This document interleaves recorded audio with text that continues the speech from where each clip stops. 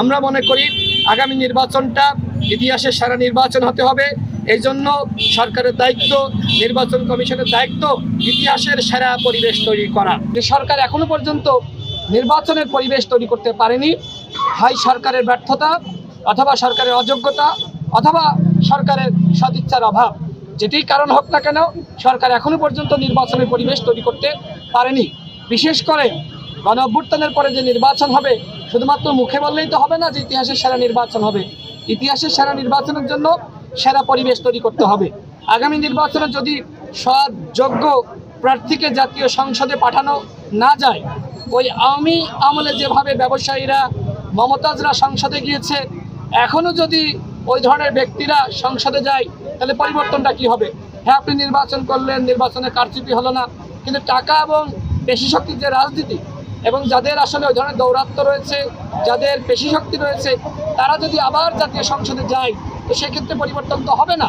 এই জন্য আমরা সরকারের কাছে বা নির্বাচন কমিশনের কাছে আমরা আহ্বান জানিয়েছি যে আপনারা এই ধরনের উদ্যোগ নেন, যে একটি আসনে আপনারা জনগণকে মাইকিং করে একটা মাঠে আহ্বান করবেন, সেখানে জনগণ যাবে, সেখানে প্রত্যেকটা দলের প্রার্থীরা থাকবে এবং তাদের ইশতেহার জনগণের সামনে তুলে ধরবে। জনগণ সিদ্ধান্ত নেবে যে কোন প্রার্থীকে ভোট দিবে। গণ অভ্যুত্থানের পরে যদি সৎ এবং যোগ্য মানুষ জাতীয় সংসদে না যেতে পারে, তাহলে ওই সংসদ দিয়ে এদেশের কোনো সংস্কার হবে না, ওই সংসদ দিয়ে এদেশের কোনো পরিবর্তন হবে না। পরিবর্তনের জন্য ভালো মানুষকে জাতীয় সংসদে পাঠাতে হবে।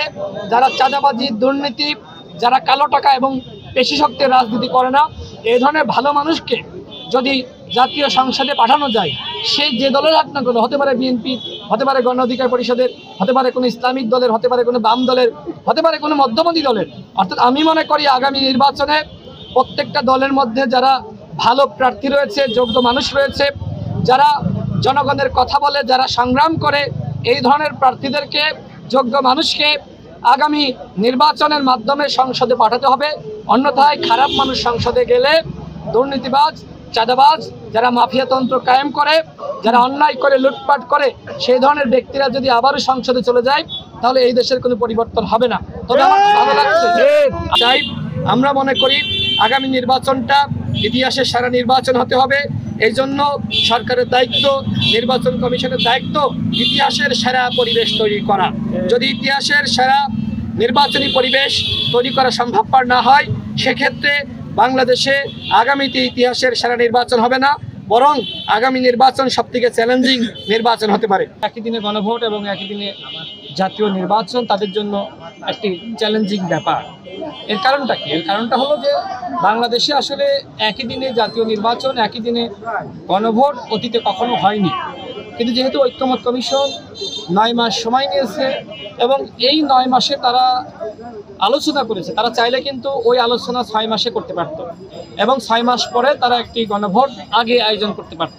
কিন্তু নির্বাচন কমিশনকে সেভাবে আসলে নির্দেশনা দেওয়া হয়নি যে আগে গণভোট হবে, এবং ঐক্যমত্য কমিশনও আসলে সেইভাবে তাদের যে প্রস্তুতি বা তাদের কার্যক্রম সেটি শেষ করতে পারেনি।